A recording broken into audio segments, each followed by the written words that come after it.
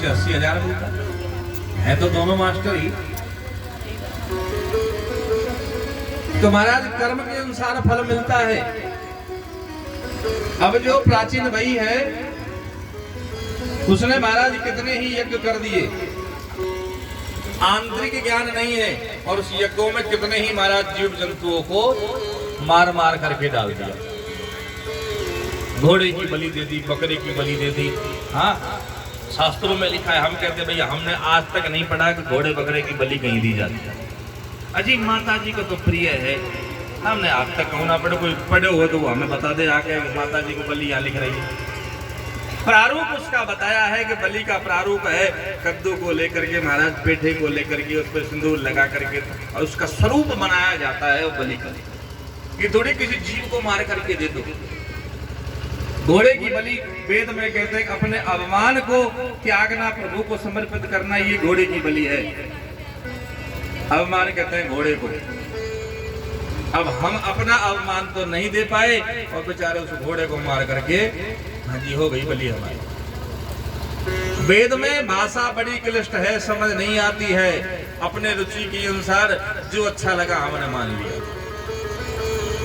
प्राचीन वही ने भी कितने को दिया। नारद जी ने कहा कि आप बहुत गलत कर रहे हो, आपने जितने जीव मारे सब आसमान में देखो ऊपर टकटकी लगा करके देख रहे हैं कि जब मरेगा प्राचीन वही अपना बदला लेंगे। ये कहते हैं कि भैया जीवन में आंतरिक ज्ञान होना बहुत जरूरी है, बाहरी ज्ञान से काम नहीं चलेगा। आज समय अनुसार महाराज पुरंजन को नारद जी ने समझाया कि भैया संसार में सब जीव उस परमात्मा के अनुसार, लेकिन प्रभु की माया के अनुसार ये जीव संसार में बंदर की भांति उछल कूद करता रहता है। संसार में पड़े हो इसलिए आप अपने शरीर से अत्याचार कर रहे हो, ये ठीक नहीं है। आचार्य बरबर कहते हैं प्रत्येक परिस्थिति में परमात्मा को याद करो। ये जीवन केवल विषय भोगने के लिए नहीं मिला है, गोविंद के चिंतन के लिए मिला है। इसको बेकार में गुजारोगे तो भैया इससे बड़ी नासमझी हमारे जीवन में कुछ नहीं हो सकती। सुखदेव जी महाराज ने मैत्री मुनि के मुख से प्रसन्न को सुनकर के बड़े परमानंद की अनुभूति हुई और विदुर मैत्री जी को प्रणाम करके वहां से चले गए। उत्तानपाद के बाद में राजा हुए प्रियव्रत, और प्रियव्रत ने मन में संकल्प कर लिया कि मैं संसार में अंधकार नहीं रहने दूंगा। भगवान सूर्य से ठन गई और भगवान सूर्य ने अपने समान चमकता हुआ रथ उनको दे दिया। प्रियव्रत के बेटा आग्नित हुए, आग्नित के बेटा नाभि हुए और नाभि के बेटा ऋषभदेव हुए। ऋषभदेव तो सब जानते हैं, जिनकी जैन लोग पूजा करते हैं नंगे ठाकुर जी की, वो भगवान का ही अवतार है। ऋषभदेव जी परम संत थे। ऋषभदेव जी के बेटा भरत, भरत को राजगद्दी दी और सारा छोड़ करके वन में तपस्या करने के लिए चले। भरत ने सोचा देखो हमारे पिताजी कितने तपस्वी, प्रभु का भजन करने के लिए रात छोड़ करके सब हमें दे करके चले गए और हम यहाँ संसार में फंसे पड़े। तो महाराज भरत ने भी संसार में रहना उचित नहीं समझा। भरत जी महाराज भी सब कुछ छोड़ करके और प्रभु का भजन के चले गए। आचार्य बरबर के तो देखो भरत जी चले और नेपाल में गंडकी नदी के किनारे जाकर के पर्णकुटी बनाई और वहां भगवान का भजन करने लगे। हम महाराज जैसा जीवन में देखते हैं वैसा मन बन जाता है। एक दिन भरत जी बैठे थे भजन में, एक गर्मणी हिरणी जल पीने के लिए उस नदी में आई। पीछे से सिंह ने जोर से दाड़ लगाई मारने के लिए, वो हिरणी ने जोर से छलांग लगाई और महाराज डर के मारे वो गर्भ स्खलन हो गया और बच्चा नदी में गिर गया। हिरणी ने दूसरे किनारे जाकर के अपने शरीर को त्याग दिया। भरत जी देख रहे हैं हमारी आंखों के सामने ये बालक इसमें डूब के मर गया, हम बचाने में समर्थ हैं, नहीं बचाया तो पाप भोगना पड़ेगा। भजन छूट गया, बालक को लेकर के आए, अब कहां छोड़े, छोड़ेंगे कोई जीव खा गया तो और पाप लगेगा, इसलिए कुटिया पर ही रखते हैं। समय अनुसार बालक बड़ा हुआ और एक दिन अपने झुंड के साथ में बाहर दूर निकल गया। अब देखो मन इतना फंस गया भरत जी का कि रात दिन उसी बालक का ध्यान रहे। कहाँ गया, कोई मार्ग तो नहीं दिया, कहाँ चला गया, कोई खा तो नहीं गया। और महाराज ध्यान करते करते वो शरीर छूट गया। अंत समय में भी रहा मृग शावक का ध्यान। अंत समय मरते हुए भी उस महाराज मृग के बच्चे का ध्यान रहा भरत जी का। तो कहते हैं ना का अंतमति सो गति, जैसा हमारा अंत में मन होता है वैसा ही हमें गति मिलती। इसलिए अंत समय आता है, बेटा बहू नाती पोता सब लगे अम्मा बोलो ना, अम्मा बोली नहीं ना। देखो मरने का समय जब आता है तो सुनना बोलना सब भगवान बंद कर देते हैं, साइलेंट मोड में आ जाता है जी। कुछ नहीं समझ में आ रहा, राम कह रहे हो का आम कह रहे हो। समय चला गया, मृग शावक का ध्यान किया तो अगले जन्म में भी मृग बनना पड़ा, लेकिन प्रभु को नहीं भूले। शरीर बदल गया लेकिन प्रभु को नहीं भूले। और वो समय भी प्रभु का ध्यान करते करते एक जगह खड़े रह करके डोलेंगे फिरेंगे तो जीव जंतु पैरों से मरेंगे, पाप लगेगा, भोगना पड़ेगा। एकांत में सूखे पत्ते खा करके वो जन्म भी निकाल दिया और अगले जन्म में ब्राह्मण के यहाँ जन्म ले लिया। अब वह भी संसार की माया में नहीं फंसना चाहते। पिताजी कहते पढ़ो लिखो पूजा पाठ संभालो जब तो जीवन का गुजारा होगा।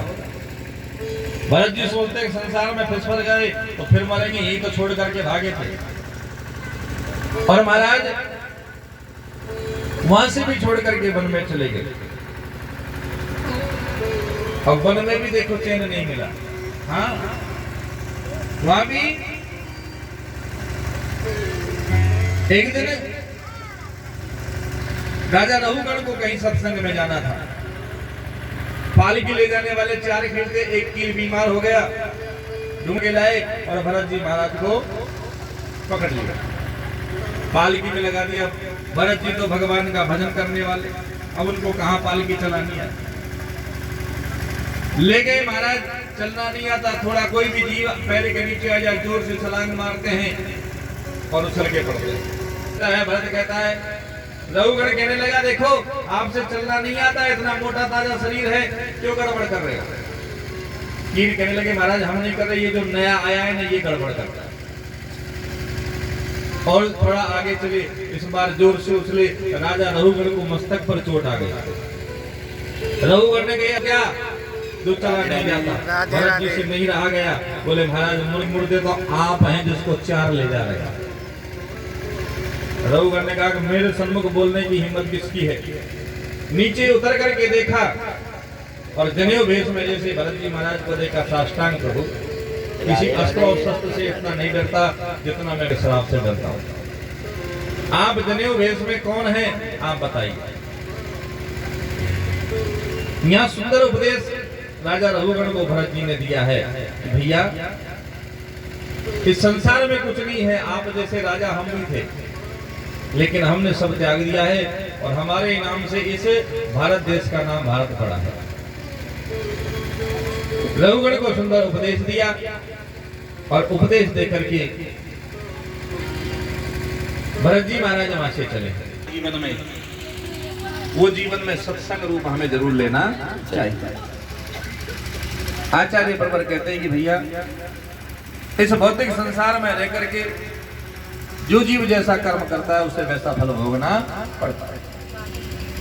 कर्म के अनुसार जीव को, हाँ सृष्टि में भगवान ने नरकों की व्यवस्था की, जो जैसा करे वैसे नरक भोगने पड़ते हैं। सुखदेव जी कहते राजन भूमि के दक्षिण दिशा में 99,000 योजन की ऊंचाई पर प्रकार के नरक, गौरव, महारौरव, ताम्रीश, अंध्र ताम्रीश, कालसूर, अस्त्रिबान 28 प्रकार के नरक बताए हैं जिसमें जो जैसा कर्म करे, झूठी गवाही जो देते हैं, धोखा किसी के साथ में करते हैं, उसे ताम्रीश नाम के नरक में जाना पड़ता है। जो व्यक्ति पराये धन को हड़पता है उसे अंध्र ताम्रीश नाम के नरक में जाना पड़ता है। जो व्यक्ति किसी से द्वेष करता है, घृणा करता है, उसे महाराज रौरव नाम के नरक में जाना जो किसी जीव की हिंसा करता है, मार मार के खाता है, उसे महाराज कुंभी पाक नरक में जाना पड़ता। परिषद कहने लगे महाराज यहाँ नरक को आप तो भगवान की कथा सुनाओ। तो शास्त्रों में बताया है कि भैया कर्म जो करोगे भोगना तो पड़ेगा।